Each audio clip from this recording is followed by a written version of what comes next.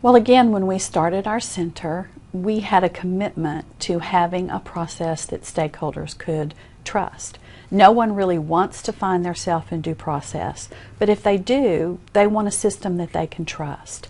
They want a system that they know will be meeting their needs.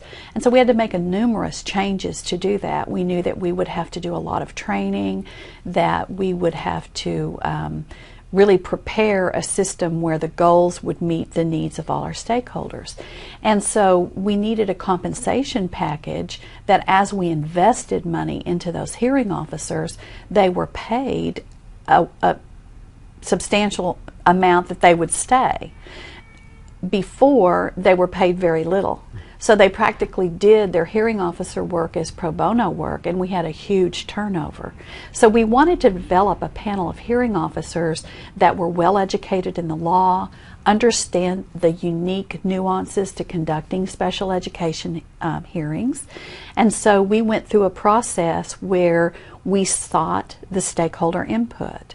Schools in our state pay for the cost of the hearing officers.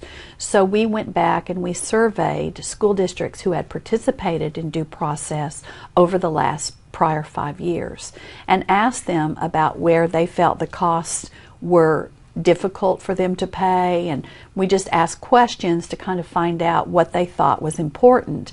And generally what we found is that they believed that they paid what they got, and they were willing to pay a rate which was comparable to what other state agencies paid, which was more in line with what attorneys earn. All of our hearing officers are attorneys, and but we were careful to structure a payment schedule that wasn't off the charts for the school districts either. So we went through a process. It was embraced by our district, the stamp of approval by our superintendent, and it has been a very effective process. One of the benefits is that by restructuring the pay system, our hearing officers have stayed. We've paid a lot of money for their training and invested a lot in them. They're a very close group, a lot of camaraderie, and no indication that we're going to be losing them. So it's been a good investment of our state dollars.